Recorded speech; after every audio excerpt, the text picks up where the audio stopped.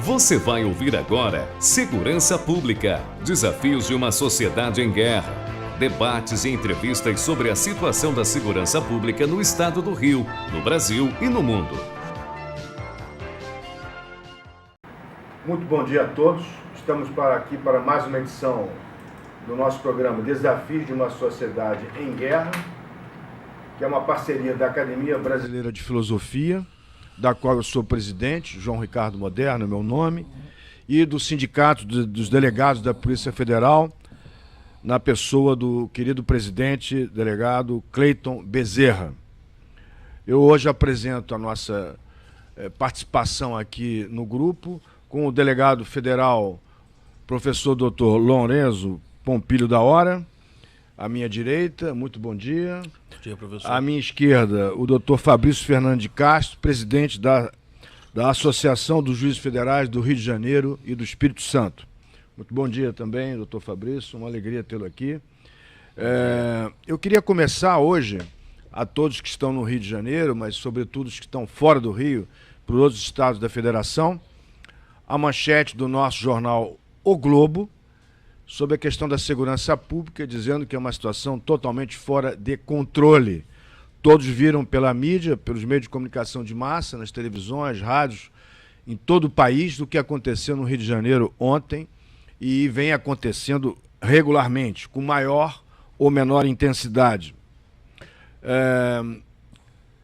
Semana passada nós fizemos um evento na Justiça Federal, na Avenida Rio Branco, na Cinelândia, no Rio de Janeiro, com a Associação dos Juízes Federais, apoio, a Academia Brasileira de Filosofia e o Sindicato dos Delegados da Polícia Federal, de uma edição pública dos Desafios de uma Sociedade em Guerra.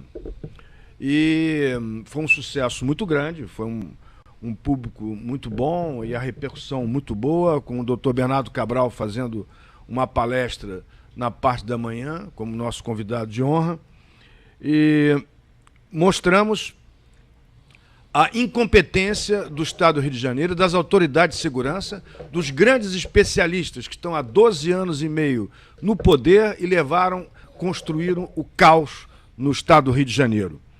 Isso me lembra uma imagem muito famosa no meio da filosofia, das ciências humanas, do Barão de Munchausen, que tentou sair da areia movediça puxando os próprios cabelos para cima.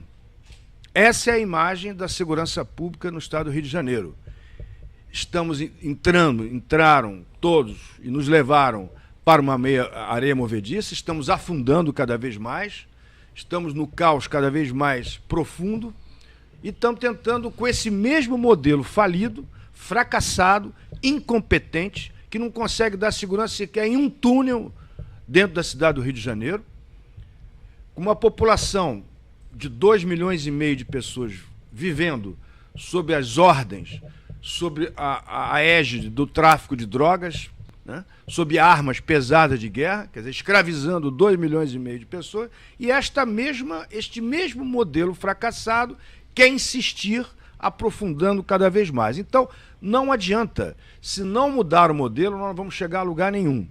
Não adianta tentar sair da areia movediça com este modelo, puxando pelos próprios cabelos. Então, é lamentável que este governo continue insistindo no modelo fracassado, incompetente, criando uma sociedade do crime, favorecendo uma sociedade do crime, e não temos nenhuma alternativa a não ser a mudança do modelo, com troca de pessoas, com troca de políticas, com uma visão completamente diferente da que vem sendo feita. Nós aqui temos insistido no uso de drones e o crime usa os drones, já está usando os drones.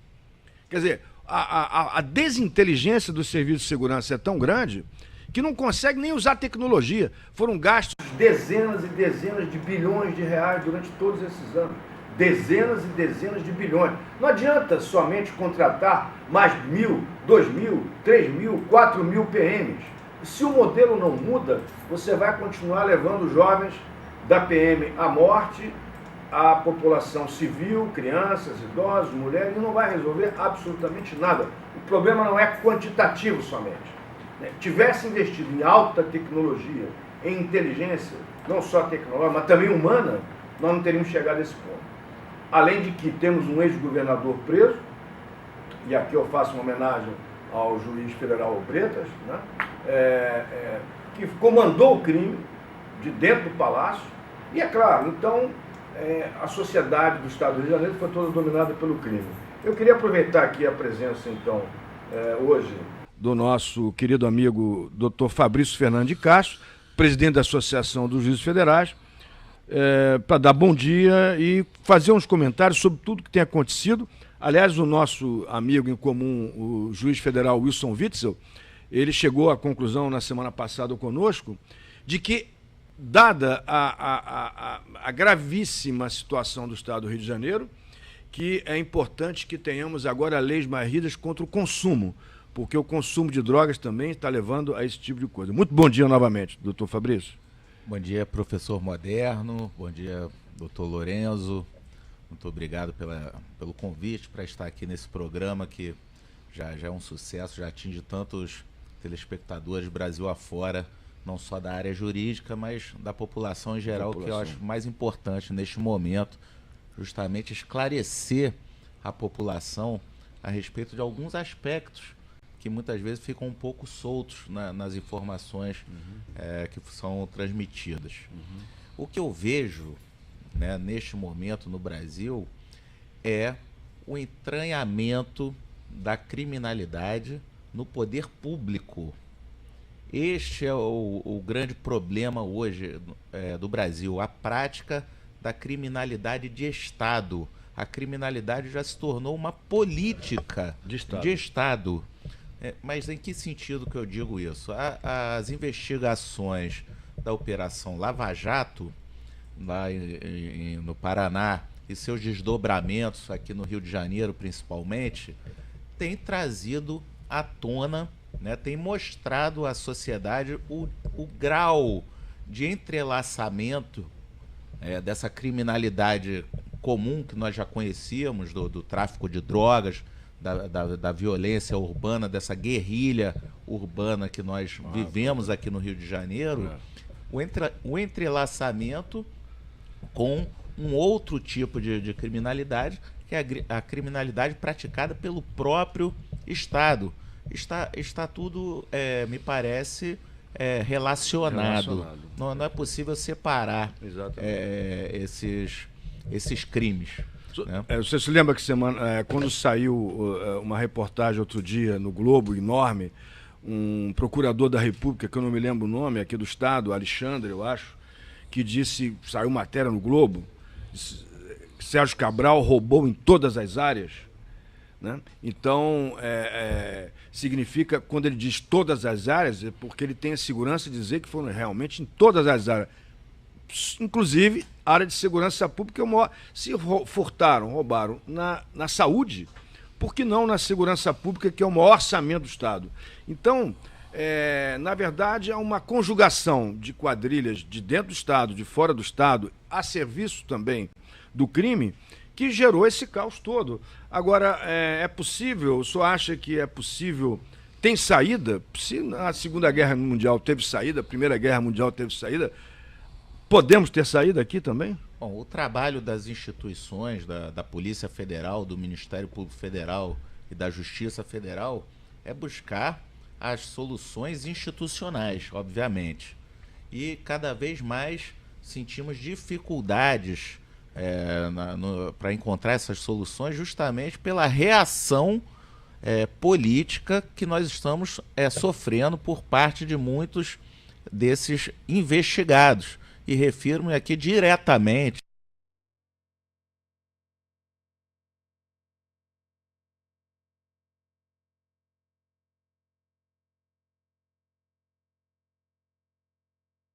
de intimidar policiais federais, intimidar o Ministério Público Federal e intimidar a Justiça Federal. É importante que se diga isso de forma clara para a sociedade, para o cidadão que está assistindo, está nos ouvindo, porque não há outra explicação, não haveria outro motivo político que justificasse a tramitação de um projeto dessa natureza... No momento em que a Justiça Federal está fazendo um belíssimo trabalho em prol do Brasil, da nação brasileira, né? Exatamente, neste momento absolutamente inadequado, impróprio. Eu já ouvi algumas manifestações no Congresso, de certa maneira,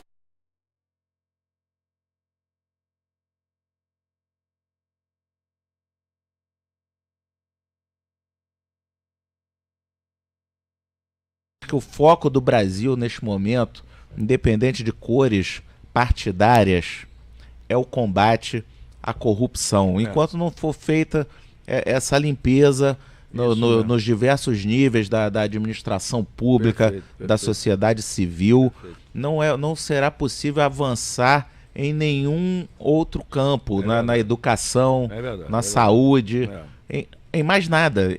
Que a origem está aí, exatamente. A origem está aí.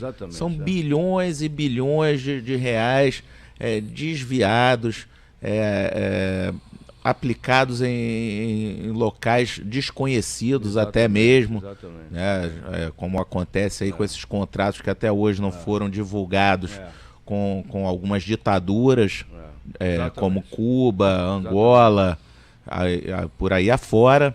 Venezuela? Até mesmo a Venezuela, né? E que o BNDES até hoje não apresentou. Bom, eu vou só pedindo aqui, agradecendo o início da participação, passando a palavra para o delegado federal, professor Dr. Lourenço Pompilho da Hora.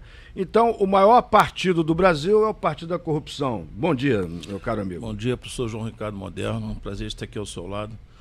E uma grande honra estar aqui hoje, doutor Fabrício, uma pessoa que tem uma participação na vida da minha família muito importante, né?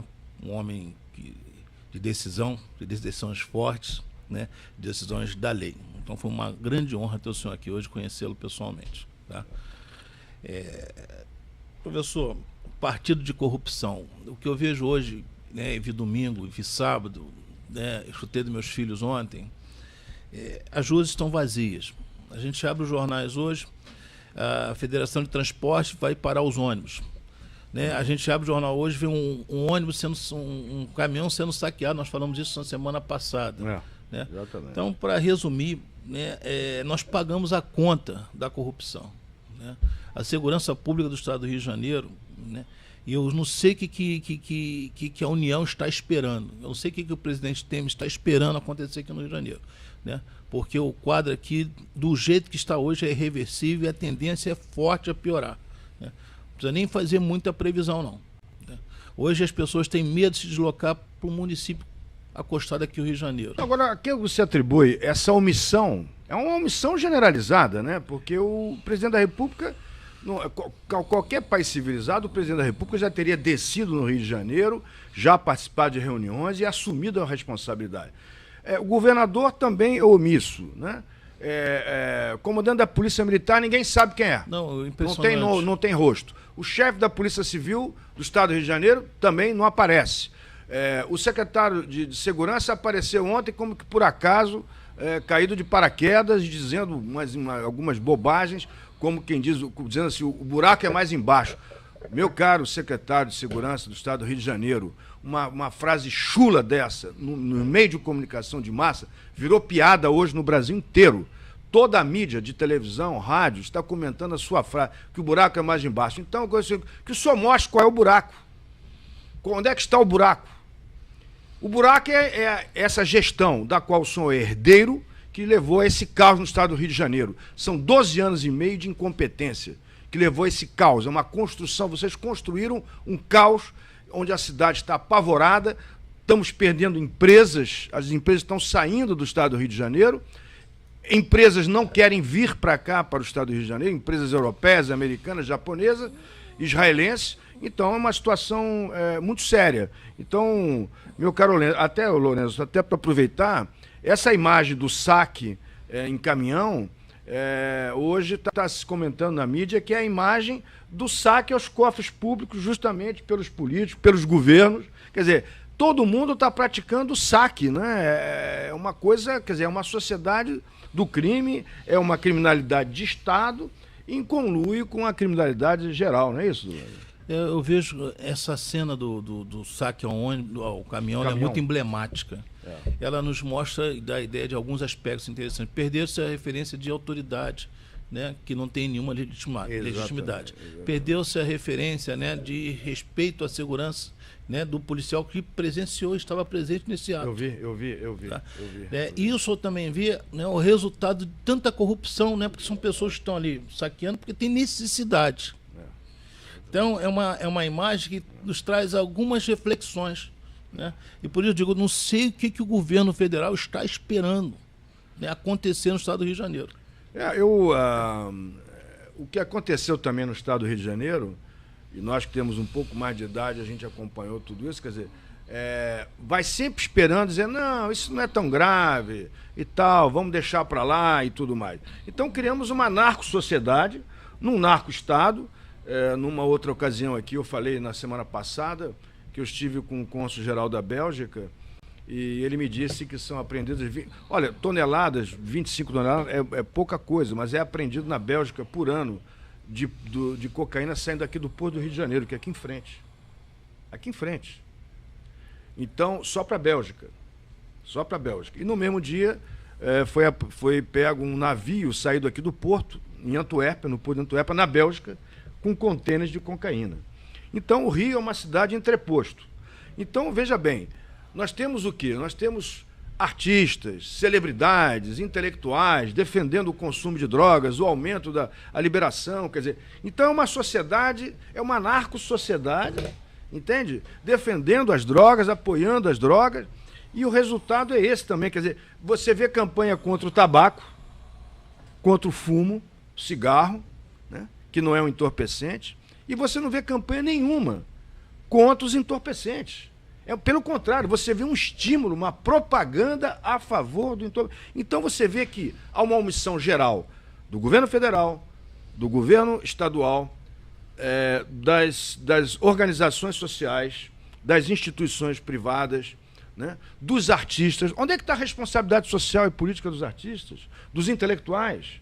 Eu estou aqui mostrando meu rosto pela Academia Brasileira de Filosofia. Eu assumo essa responsabilidade. Então, é preciso uma reação e rigor. O que está faltando é rigor. Realmente, ninguém quer exercer autoridade. Quando ninguém exerce autoridade, o caos é exercido pelo crime. O professor tocou no ponto. A posição da sociedade.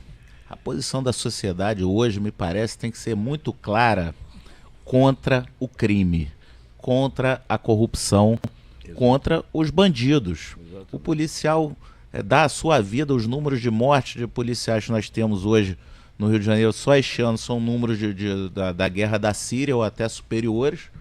E nós ainda encontramos algumas manifestações levantando aspectos em defesa dos bandidos na mídia. E por que eu toquei nessa lei do abuso de autoridade? Né? Por que eu falei disso? Nós tivemos uma experiência parecida na Itália, naquela chamada Operação Mãos Limpas. E do mesmo modo, como no Brasil hoje, na Itália também estava sendo praticada essa criminalidade de Estado, a criminalidade entranhada nos mais altos organismos do poder, nas mais altas instituições. E a legislação que eles aprovaram lá praticamente acabou com a Operação Mãos Limpas. É o mesmo que está sendo tentado aqui no Brasil. Já há sinais nesse sentido. Já, claros, evidentes. Claro. Essa lei do abuso de autoridade, volto a repetir, é direcionada à Operação Lava Jato, e essa criminalidade comandada por esses criminosos de alto escalão, de alto nível social, inclusive, repercute diretamente na criminalidade do tráfico. Não tem a menor dúvida. Está aliás, tudo entrelaçado, não são coisas distantes. Não são coisas distantes. Aliás, até para completar isso, o autor deste projeto de lei, que é o senador Roberto Requião, ele foi governador do Paraná. E na qualidade de governador do Paraná, eu me lembro perfeitamente, porque eu acompanhei isso, porque eu sou um estudioso da Revolução Bolivariana, e ele fazia um trabalho de aproximação, distribuindo nas escolas do estado do Paraná, pelo que eu soube, pelo que eu vi na mídia, né? Havia uma distribuição pelo governo do estado de panfletos para os jovens do que era a Revolução Bolivariana. Teve também um apoio ao MST através das Farc, né? E agora, só para mostrar para vocês aqui, esse livro acabou de sair, que é Heidegger e Sua Herança, que é um filósofo alemão ligado ao nazismo, onde o Victor Farias, que é o autor do livro, e eu faço o prefácio na edição brasileira, ele mostra como é que a Revolução Bolivariana e a Revolução Comunista na América Latina, ela digamos, sustentada ideológica e filosoficamente pelos neonazistas. Antissemitas, etc., são racistas. Então, na verdade, o autor da lei do abuso... E vejam também a malícia na linguagem, né? Porque quando ele fala abuso de autoridade, é uma maneira de atrair a adesão da sociedade brasileira. Ah, não, contra o abuso eu sou a favor. Esta é a malícia, né, do meu caro juiz federal Fabrício. Sim, eles colocam um rótulo, vamos dizer, bonito, né? Para passar uma coisa ruim. Claro que ninguém é a favor de abuso de autoridade. Claro. Qualquer pessoa é contra abuso de autoridade. Só que o que eles colocaram na lei são mais de 20 crimes que só podem ser praticados pelo juiz. Mais de 30 crimes que só podem ser praticados pelo policial. E outros tantos, dezenas de crimes que só podem ser praticados pelo Ministério Público.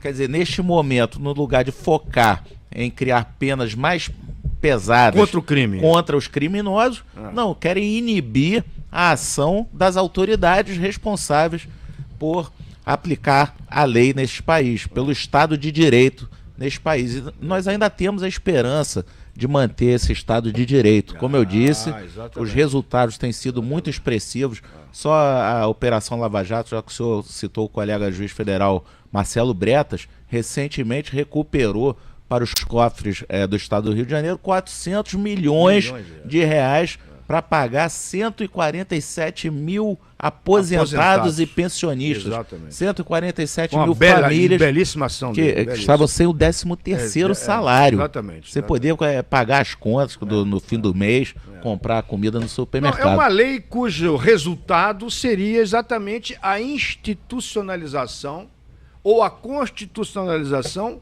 do crime. Então, toda a sociedade brasileira deve ficar contra esse projeto de lei. O que você poderia dizer a respeito disso, Lourenço? Eu observo a expressão, eu gosto muito do significado da linguagem. Né? Então, eu fico me questionando qual é o conceito de abuso aí. O doutor Fabrício falou, a lei é direcionada para juízes, procuradores e delegados de polícia, autoridades policiais ou policiais. Né? Então já começa chamando o abuso desses caras, pelo abuso de autoridade. Exatamente. Podia ser, de repente, uma sugestão aqui, ignorante minha, né? Abuso de poder. Porque a gente chegava no Requião também. Esse moço é abusado. Exatamente. Então tem uns abusados aí que estão lá na Câmara dos Deputados, né, como Eduardo Cunha, né? Botar ali, abuso de poder, porque foi o que eles fizeram. Exatamente. Não abuso de autoridade. Então, obviamente, que é uma lei realmente, né, direcionada. Né, para essas autoridades que estão tentando resgatar o poder desse país. Não, agora é uma outra guerra, né? Uma outra guerra que nós temos que nos unir. A opinião pública toda tem que estar atenta, fazer pressão, né? Porque se conseguirem passar uma lei que vá silenciar, né, a Justiça Federal, a Justiça Criminal também estadual, porque atinge a todos, né? O Ministério Público Federal, estadual, as polícias federal e estaduais, aí realmente, sinceramente, nós estamos no caos institucional no Brasil inteiro, porque o crime vai tomar posse definitivamente do Brasil. Então, é uma reação contra o crime. Nós não podemos deixar passar uma lei desse tipo.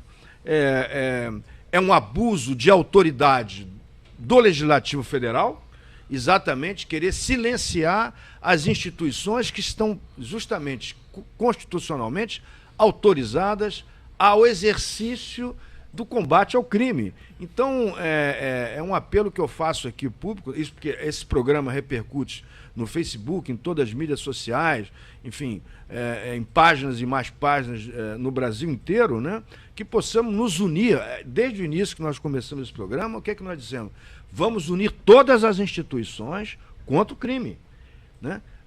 É um dever nosso, uma obrigação, né, como cidadãos, né, de combatermos o crime, de lutarmos por uma segurança qualificada. Veja bem, no caso, por exemplo, das drogas, né? Esse caos, essa disputa de mercado, hoje também o jornal Extra aqui no Rio de Janeiro diz que o tráfico já está trocando venda de drogas por roubo de carro. O roubo de carro cresceu de uma maneira exponencial, né? Não está trocando, está também no roubo de carga, né? Não está trocando, o tráfico de drogas não vai acabar assim, né? Então, é preciso que a sociedade também se conscientize, né, de que o consumo de drogas está levando a esse caos que vai matar o seu filho ou pelas drogas, ou vai matar a sua filha pelo tráfico de drogas no sentido de combate de ruas, no sinal, dirigindo seu carro nas estradas, nos túneis, etc. Então, vamos entrar agora um pouco nessa questão das drogas, dos entorpecentes, porque o Estado do Rio é um narco-estado e o Brasil se tornou um narco-estado, porque, segundo os dados do delegado federal da entorpecentes, na semana passada, já se sabia, mas não tinha dados mais precisos, o Brasil é o segundo maior consumidor de cocaína no mundo. Agora, eu pergunto, doutor Fabrício, que país que nós estamos construindo, né, com 60 mil mortes por ano de jovens de 14 a 24, 25 anos, e com consumo de cocaína gigantesco, fora as outras drogas, hein? Mas o segundo maior. Que Brasil é esse, meu caro doutor Fabrício? Entristece muito perceber o tipo de cultura que os nossos jovens têm acesso ou recebem, até mesmo nos bancos escolares. Bancos escolares, né? Isso vem da base. Antigamente nós tínhamos educação moral e cívica para as crianças sabiam cantar o hino nacional, né? Tinham orgulho da bandeira do Brasil. Escolas públicas e privadas. Públicas, né? E privadas, né? Uma vez por semana cantava-se o hino nacional. Eu cantava todo dia no Colégio Militar e depois todo dia no Colégio Bennett, onde eu estudei. E hoje é o contrário. Hoje o que eu vejo ensinando as crianças, as escolas públicas e privadas, valores dessa chamada revolução bolivariana que o senhor tocou aqui, e que na verdade visam fazer uma propaganda, em muitos casos até mesmo da prática de crimes. Exatamente. Né? Da prática de crimes. Exatamente. Diminuindo assim a percepção da gravidade desses crimes perante os jovens. O trabalho que tem que ser feito hoje, me parece, é com essa nova geração que está aí. Se eles não receberem acesso às informações da gravidade, dos danos que o uso dessas drogas, desses entorpecentes, da cocaína, da maconha e de outras mais pesadas podem causar nas suas vidas, para o seu futuro, para as suas famílias, se eles não receberem esse tipo de informação, fatalmente vão cair aí nessa propaganda do tráfico, na glamorização do crime, que é o que se vê aí, inclusive em letras de música. Desculpe, mas não consigo nem chamar de música, e olha que eu gosto de música, até toco uma guitarra, mas... Aliás, é bom saber, é um grande músico, ainda não fui escutá-lo, mas já vi no WhatsApp, toca muito bem e tudo, é um juiz artista também. Sim. Aliás, uma coisa importante, porque ele foi o primeiro presidente da Associação dos Juízes Federais do Rio de Janeiro e do Espírito Santo, a JuFEJ está fazendo um belo trabalho de comunicação, de diálogo com a sociedade e levando essa mensagem, né, doutor Fabrício? Exatamente. Tenho aqui fazer um registro à presidência do meu antecessor, o juiz federal Wilson Witzel, que já plantou a semente para a criação da TV AJuFEJ, fazer a nossa propaganda aqui, que em breve já estará no ar, com vídeos esclarecendo aos cidadãos. Mas a TV vai ficar onde? Vai ser um canal no YouTube. No YouTube? Canal no YouTube, que aí a pessoa assiste a hora que quiser.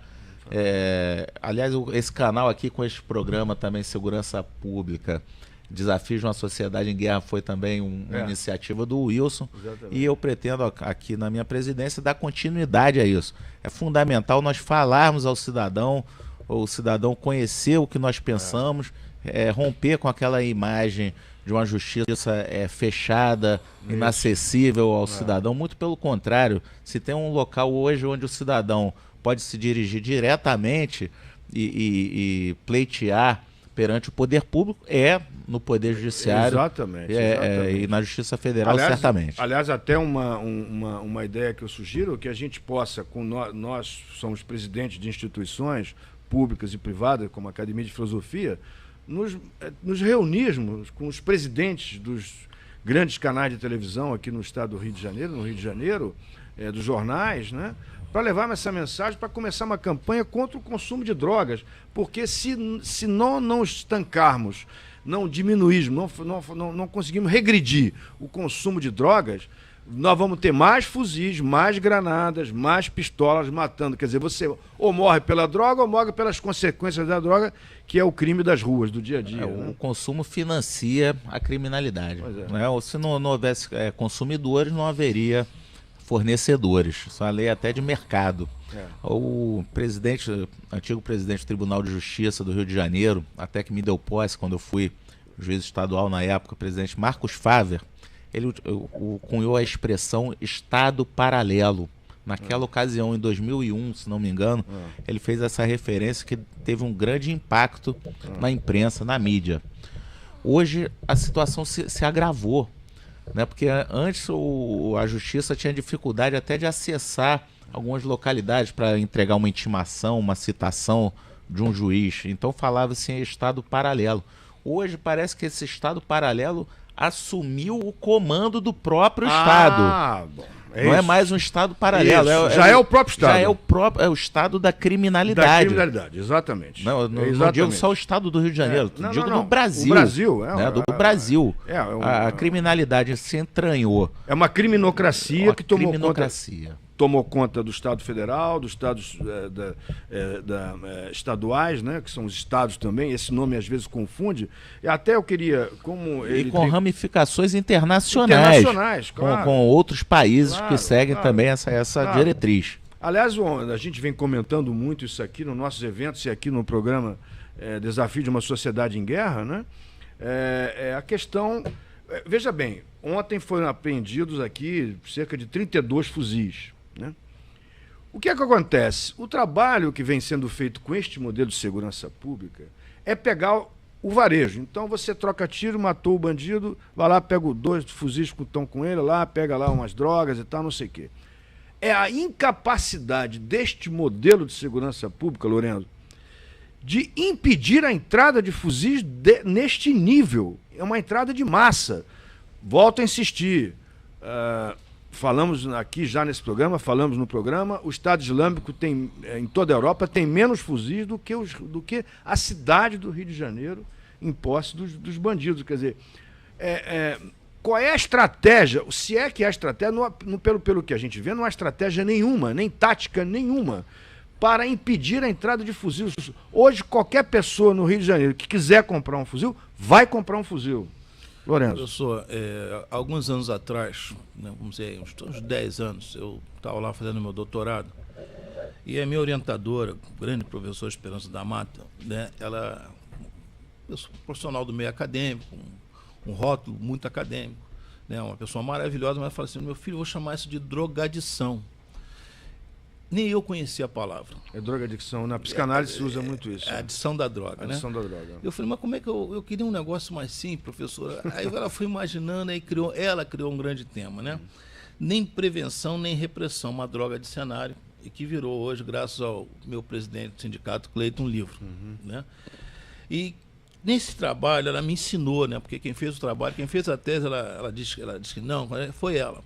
Naquela época, né, já com algum tempo na Entorpecentes, a gente observava que os modelos estavam comprometidos, né? Aliás, a visão que a gente tem, isso está traduzido nesse trabalho, é que não tinha modelo, você tinha uma estrutura promíscua.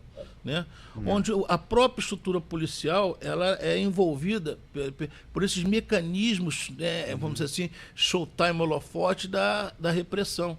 E a política também de prevenção é outra promiscuidade, porque ela não tinha um compromisso com quem tem o conhecimento da prevenção, da educação ou na área de saúde. Então o resultado, né, está aqui hoje para a gente ver. Ainda vieram com esse negócio aí que chamam de modelo na segurança do Estado do Rio de Janeiro, né, esse tal de sempre preservando a questão ética, o PP, a consequência está aí. Né? Não são modelos, né? Eu diria assim, são péssimas ideias. Né? E essas péssimas ideias nos trazem essas imagens que nós vemos hoje no jornal. Né? E depois, Lorenzo, ficam falando o seguinte, não tem dinheiro para gasolina, mas os helicópteros estão voando aí, voaram ontem. Quer dizer, agora me diga uma coisa, qual é a efetividade, qual é a eficácia de um helicóptero ficar sobrevoando para filmar ônibus queimado embaixo? Quer dizer, eu não vejo... Quer dizer, é uma carnavalização, uma mediatização da segurança pública para dar essa sensação. Aí hoje você liga os rádios, vê as televisões, é o seguinte, não, o policiamento foi reforçado naquela área. Isso é uma brincadeira, nós estamos fazendo isso aqui é uma grande piada de mau gosto, quer dizer, na verdade, essa carnavalização, há 2, 3 semanas atrás, não me lembro, não me recordo, mas eu comentei aqui, teve uma ação numa favela aí com 500 policiais, civis, militares, etc., filas, parecia desfile do sambódromo, de carros com sirene ligada, de polícia civil, e não conseguiram prender um bandido. Não conseguiram pegar nada, 500 policiais. Depois diz que falta dinheiro para gasolina, com helicóptero sobrevoando, dezenas e dezenas de carros. Qual é o efeito disso? Botar dezenas de carros enfileirados um atrás do outro. É para filmar. É uma carnavalização, é um desfile como se fosse no sambódromo. Então, este é o problema. Este modelo de segurança pública é um modelo soberbo, arrogante, incompetente, incapaz de resolver os problemas da segurança. Está há 12 anos e meio aí e só deu o seguinte resultado, este caos, uma construção do caos. As granadas, por exemplo, doutor Fabrício, granada hoje virou uma coisa comum. Qualquer bandidinho, qualquer garoto aí tem granada pendurada no pescoço, 2, 3 granadas. Quer dizer, granada, aí a polícia não pode jogar granada em cima dos criminosos. Então há uma assimetria, por isso que eu disse que é uma guerra assimétrica, porque a polícia tem os limites legais, constitucionais, né? As instituições têm os seus limites constitucionais e legais, e o crime não tem limite nenhum. Agora, o que nós podemos fazer, também não fazemos. O crime está usando drone aí à vontade, né? E a polícia militar, a polícia civil aqui não tem nenhum drone voando, não tem nada. Quer dizer, então, onde é que nós queremos chegar, doutor? Um dos problemas também, o senhor falou há pouco, a questão do fornecimento de armas. Um grande erro, me parece, do Brasil foi o Estatuto do Desarmamento. E eu sei que é polêmico esse ponto, mas aqui eu vou ressaltar que é a minha opinião pessoal. Essa questão do desarmamento da população, na verdade, só desarmou o cidadão de bem. O cidadão que cumpre as leis. Quem cumpre as leis, se existe uma lei que não permite comprar armas para se defender... Para deixar dentro de casa, inclusive. Para deixar até dentro de casa para proteger a sua família, não vai comprar. Agora, o bandido, o criminoso, ele não está nem aí se tem lei ou se não tem lei. Ele vai, inclusive, querer comprar armas ainda mais sofisticadas. E eu vou tocar num ponto ainda mais polêmico. Essa estratégia do desarmamento da população foi justamente uma estratégia utilizada por governos autoritários, tanto no comunismo como no nazismo. Primeira coisa que se fez foi, né, nesses dois ambientes que são relacionados... E armaram as milícias. Desarmaram a população. A SS, a SA. Desarmaram a população. O cidadão não pode mais se defender contra o crime. Na Venezuela agora. É uma covardia. O cidadão fica numa situação de covardia, porque o criminoso está armado até os dentes. E ele, claro, a polícia não tem condições de atender a todas as situações em todos os momentos. Então você retira o direito da legítima defesa do cidadão com esse estatuto do desarmamento. Isso é terrível. Quer dizer, o bandido já sabe que se entrar numa casa, não vai ter resistência. Não vai ter resistência. Vai pegar o quê? Uma faca, um garfo para se defender? Exatamente. Eles estão assaltando padaria, como nós já vimos na mídia, assaltando padaria de fuzil. O fuzil já chegou a Copacabana, a delegada outro dia teve aqui, a delegada de Copacabana, dizendo que na Rua Toneleiro já houve assalto com 3 fuzis para levar o carro de um motorista do Uber. Então, eu seria favorável a isso ser revisto, claro que com condições para o acesso às armas, condições psicológicas, se façam testes psicológicos, até de habilidade, mas você simplesmente proibir o cidadão de se defender me parece uma política totalmente equivocada. Né? Sempre se argumenta questões culturais, mas vai se tornar um bang-bang. É o que eu ouço quando eu toco nesse ponto. Mas, mas dentro de casa... o bang-bang já existe. As pessoas estão morrendo aí às dezenas diariamente aqui no Brasil sob a mira dos criminosos. Agora, eu vou voltar ao assunto aqui com o Lorenzo. O Lorenzo, gradativamente, a Granada foi ampliando a sua presença nessas quadrilhas de tráfico de drogas aqui no Rio de Janeiro. Esperado, professor. Então, eu tô percebendo que a granada já está também banalizada tanto quanto o fuzil. O fuzil foi entrando gradativamente. Hoje já é uma arma popular. A granada também. Isso aí é um fato que nós temos que refletir, né?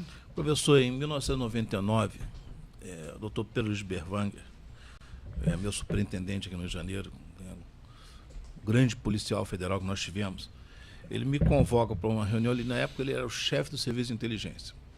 E falou assim: Pompílio, né, eu era muito operacional na época, eu estou enviando você lá para o esquadrão antibomba da Polícia Civil. Daqui a pouco você vai ter que ir para entorpecentes e você vai aprender lá, né, o que é um artefato explosivo, o conceito, montagem e tal. E lá fui eu, porque inclusive ele me lembra muito bem que ele falou, daqui a alguns poucos anos, é 1999, tá? Daqui a alguns poucos anos, toda vez que você entrar em comunidade, eu entrei muitas vezes, aliás, eu tinha 2 alegrias, quando entrava e quando saía. Né? Quando entrava, porque estava com objetivos, né, local ali de aprender a droga e os responsáveis por aquele mocó, como a gente diz na gíria. E saía vivo. E saía com a minha equipe viva, sem ninguém estar ferido ali. Né? Então eram operações, né, vamos dizer assim, cirúrgicas, operações que tinham objetivo. Né? Foi já que a gente está discutindo isso aqui. Mas naquela época, em 99, a gente já tinha essa previsão, porque, inclusive lá no curso, eu aprendi com excelentes mestres da Polícia Civil, né, excelentes policiais, inclusive até ex-alunos meus, e eu tenho essa foto até hoje, da conclusão desse curso, que na internet isso já tinha acesso, né, a N modelos de montagem de artefatos explosivos. Então a tendência que está aí hoje já era esperada mesmo. Tá? Agora, o que foi feito? Né? A nossa polícia apontava essa situação. Mas o que os outros, né, os outros poderes, né, que teriam, de repente, a iniciativa de tomar alguma providência, porque essa providência não poderia partir da polícia, a não ser sinalizar, olha, vai acontecer isso, né? O que eles fizeram? Fizeram a lei do desarmamento. Não, aliás, exatamente. E eu até vou fazer uma leitura sociológica disso, porque exatamente, o que acontece? Quem defende o consumo de drogas totalmente livre ficou numa encruzilhada, porque para defender o consumo de drogas, para o cara poder ter a vida livre dele, fazer o que ele quiser e tudo mais, ele teria que ter uma associação indireta na defesa da criminalidade, porque o consumo dele depende justamente de uma certa liberalidade do crime, para facilitar o consumo dele. Então, o grande problema sociológico que foi criado é exatamente esse. Então, ora, se eles tivessem, eles não poderiam lutar digamos, pelo consumo de massa de drogas e, simultaneamente, fazer uma campanha contra o armamento das quadrilhas, etc., porque é esse justamente que garante a distribuição. Então, o que acontece? A produção, a distribuição e o consumo de drogas, né, foi favorecido exatamente pela sociedade, uma sociedade drogada, uma sociedade que vive à deriva, por isso é que as pessoas têm deficiência cognitiva, né, pensam mal, estudam mal, têm maus resultados nas escolas, nas universidades. Eu aqui já falei que as nossas universidades públicas e privadas, de uma certa forma ou em parte, são narco-universidades.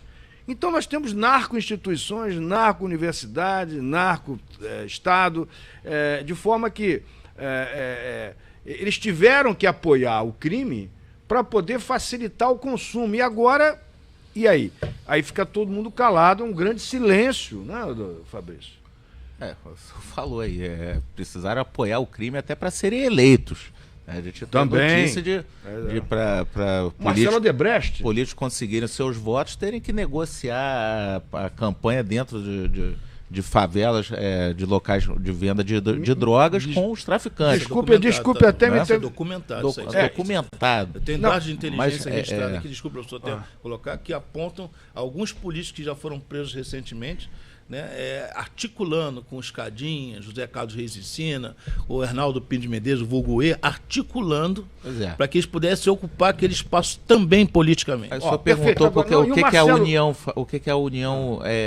por que a União até o momento não adotou uma medida aqui até constitucional no estado do Rio de Janeiro. Foi uma pergunta aqui do Estado de Defesa até nós lutamos aqui pelo Estado de Defesa também. Porque interesse político. O interesse, o governo federal está focado simplesmente em reformar a previdência dos servidores públicos, aqueles que pagam 11% do seu salário bruto todo mês para terem garantido lá o seu direito à previdência no futuro. Só que a Constituição diz o seguinte: se houver uma proposta em tramitação da emenda constitucional, se houver a decretação de uma intervenção federal ou de um estado de sítio, não é permitido votar emenda constitucional. Isso aí, talvez... Não, sim, mas aí o que acontece? O estado de defesa, a Constituição não diz que impede completamente. Quer dizer, você pode suspender o estado de defesa por 24 horas, vota, aprova a emenda constitucional e no dia seguinte, ou 48 horas depois, você retoma o estado de defesa. Veja bem, o Marcelo Odebrecht apareceu aí na confissão na Justiça, dizendo o seguinte: eu patrocinava, eu pagava aos traficantes e milicianos aqui no Rio de Janeiro.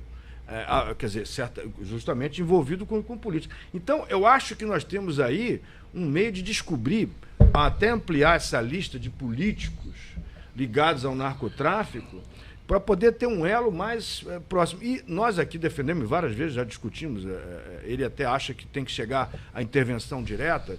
Eu acho que o Estado de Defesa é um processo. Não, eu também acho, mas dada a lentidão das instituições no Brasil, principalmente do governo federal, decretar o Estado de Defesa já seria uma coisa surpreendente. A França está há 1 ano e meio no estado de emergência, o estado de urgência, que é o estado de defesa deles, que não está nem na Constituição, é uma lei comum. É uma lei ordinária na França. Então não precisa de ter. Nós aqui temos na Constituição, quer dizer, é uma coisa abrigada pela Constituição. Então nós podemos decretar o estado de defesa e fazer o que precisa ser feito, até renovar. E outra coisa, até ampliar o prazo.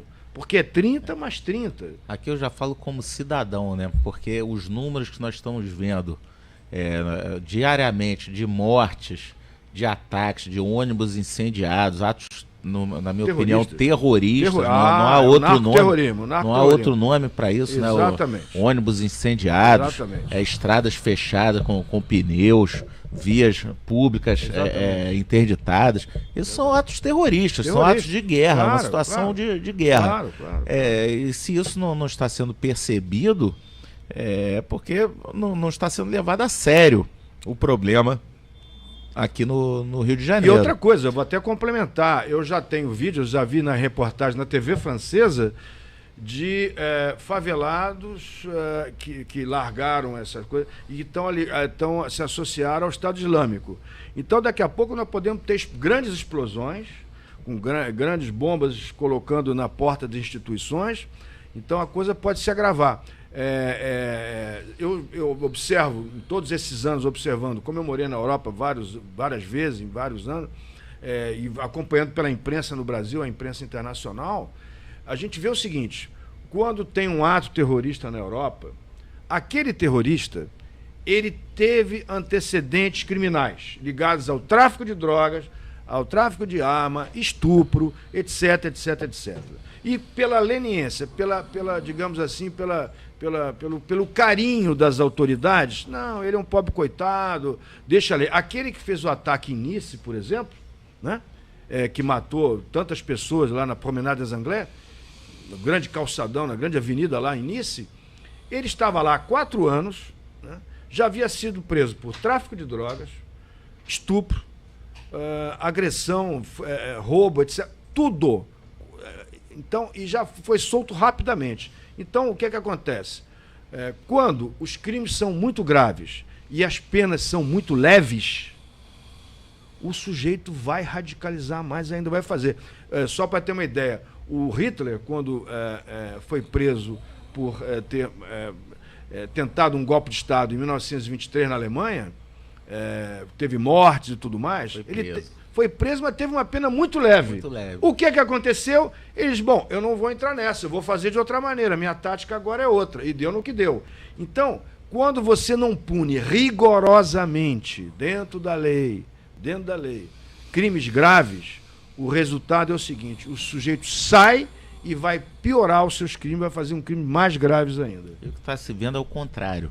Assim como ocorreu com o desarmamento, tirou o direito do cidadão se defender, agora querem tirar o próprio direito do Estado combater a criminalidade, com a lei do abuso de autoridade. Exatamente. Quer dizer, você vai ter um exército do tráfico, um exército paralelo, aí sim um grupo armado poderoso dentro do país, e ao mesmo tempo autoridades impedidas, como se estivessem algemadas para combater aquele então tipo de criminalidade. Então nós estamos à beira do risco de uma ruptura institucional. Uma ruptura institucional. Isso, olha, presta atenção. É um processo gradual, é um processo gradual, mas que está se intensificando e a coisa está caminhando sim para isso daí. Se a sociedade não estiver atenta, não for, e aí desculpa a expressão quase que de agitador, né? Mas que eu não gosto. A sociedade tem que ir para as ruas para impedir isso daí. Os políticos só têm medo do povo nas ruas, já dizia Ulisses Guimarães. Essa declaração em concordância, em consonância com o que disse o doutor Fabrício é muito séria, né? Quer dizer, é o risco de uma ruptura institucional, porque o crime quer tomar o poder oficialmente em todas as instituições nacionais, sufocando justamente as instituições que estão na defesa do Estado de Direito Democrático, na defesa da sociedade, na defesa dos princípios e valores de uma sociedade civilizada. Lourenço. Professor, a França vem pagando uma conta, né, de um processo que ela também contribuiu demais em suas gestões públicas. Há muito, né, eu me lembro quando estávamos fazendo esse trabalho, dessa tese em 2004, eu fui estudar o processo de favelização que também houve na França. Né, com esses imigrantes que, além de serem, né, marginalizados, né, e largados pelo Estado, sofreram, né, um processo a contribuição para um processo de favelização. A conta está aí. Né? E a conta ela fica mais pesada porque são outras ideologias, outras religiões. Mas só eu conheço o que se chama de favela, de bidonville, na França, em Paris, na Grande Paris. E posso dizer que não tem nada a ver com as nossas favelas, porque são prédios, alguns com elevador, com aquecimento central, com água, esgoto, pagam um preço irrisório, ridículo, entendeu? Quer dizer, todos podem pagar. Então, tem ruas abertas, asfaltadas, tem comércio local. Então, não dá para comparar com o Complexo do Alemão. Professor, não estou comparando, não. Estou falando para o senhor que houve. E não sou eu, não, porque eu sequer estive na França, sequer tenho interesse em ir à França. Mas os estudos que fiz de profissionais também responsáveis, estão aí referenciados, né, sinalizaram. Eu estava estudando justamente essa questão do ethos guerreiro. A gente tanto fala aqui, e que eu colhei lá daquela professora lá da UERJ também, né, Fátima Sequeto, que fez um trabalho com a Alba Zaluar, e eu tentei entender essa questão do ethos, né, e fui também encontrar o ethos guerreiro lá na França, né, justamente nessas comunidades que não tem o mesmo modelo nosso. Certamente não tem. Marseille tem fuzil, né, também. Mas, né, isso contribuiu para aquele Estado que está hoje, a França, como o senhor falou, Estado de emergência, e certamente a gente com outra essência aqui, outra ideologia, outra linguagem, que eu também aponto nesse trabalho, também vai chegar ao mesmo resultado. Não sei se, de repente, o Estado Islâmico vai querer vir para o Brasil disputar espaço com o Comando Vermelho, com a família do Norte, porque aqui eles vão perder essa guerra. Agora que nós já chegamos nessa ponta, já chegamos. Nós chegamos. Consumo de drogas, todo mundo sabe, a Europa toda tem consumo de drogas, tem tráfico de drogas. Mas não tem as pessoas Quem tem fuzil lá, um fuzil, é o Estado Islâmico, em Paris. Um fuzil, 2, no máximo. Quer dizer, então, o que acontece? O nosso problema aqui, além do tráfico, é que o tráfico alimenta, o tráfico de drogas alimenta o tráfico de armas, e o tráfico de armas, então, se unem, mas só que a população lá reage. Você não vê em Paris, esquinas, camarada com vários fuzis, com granada pendurada no pescoço, tomando território, tomando espaço, em nenhuma favela dessa. Professor... O cara pode ter uma pistola escondida lá no teto do prédio, entendeu? Enfim, então não é uma coisa tão ostensiva. Do jornal, professor. Eu morei em Marselha também, só para completar. Eu morei em Marselha, que é onde a máfia tem mais presença. Hoje é que tem alguns fuzis em Marselha. O Globo hoje, professor, eu fui ler o jornal pela manhã, um boneco que foi preso aqui no Rio de Janeiro, ontem pela nossa gloriosa PM, como eu sempre falo, né? Esse boneco tem na conta dele, de um estado do norte, né? 17 ou 19 homicídios. Isso, exatamente. E o maluco já veio pra cá, como a gente diz na linguagem de polícia, né? Já veio pra cá e estava lá no Jacarezinho. Pois é. Estava formando lá, porque a facção dele lá na casa, que o raio que o parte é Deus me livre, você tá entendendo? Já fechava com a comunidade de Jacarezinho. Exatamente. Então, só ver como é que está, né? Essa questão, né? dessa troca, né? Exatamente. Tentar juntar os panos de baixo dessa turma. Exatamente. Então, quer dizer, voltando, a Europa tem muito tráfico de drogas, mas você não vê essa ostensividade das armas, né, Fabrício?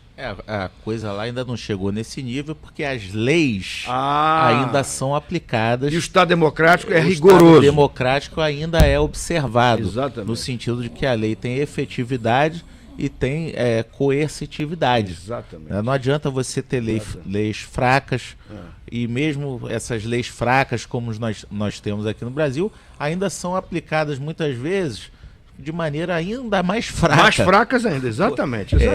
Mas não é a regra, né? Nós, juízes... Mas dá para sensibilizar e a gente fazer uma mudança, quer dizer... Não, a regra na justiça, os juízes são rigorosos, aplicam as leis com rigor, com consciência. Mas se o poder legislativo está associado ao crime também, associado ao crime, vai editar leis que facilitam brechas, facilitam a utilização de recursos protelatórios, muitas vezes. Né? Nós vimos aí as medidas provisórias. Estou falando grande coisa agora, doutor Fabrício. Onde eu estava no meu gabinete lá, aí recebi uma visita de uma oficial de justiça, eu ir depor com o doutor Bretas lá agora, no dia 4 de julho. Aí eu fui olhar assim... Marlos Limongi, eu nem me lembro, eu sei que foi um cara que eu prendi, mas eu nem me lembro de quando foi. Então, realmente, essas práticas de recurso que a nossa lei processual, né, proporciona, nos traz essas experiências como as que eu tive ontem. Muito bem, nós estamos encerrando e parando a França.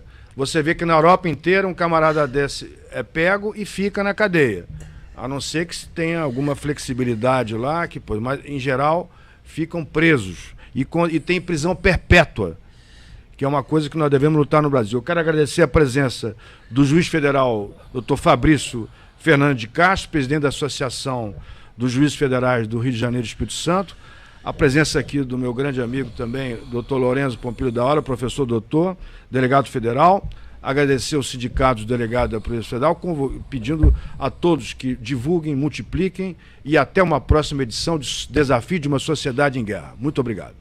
Segurança Pública. Desafios de uma sociedade em guerra. Debates e entrevistas sobre a situação da segurança pública no estado do Rio, no Brasil e no mundo.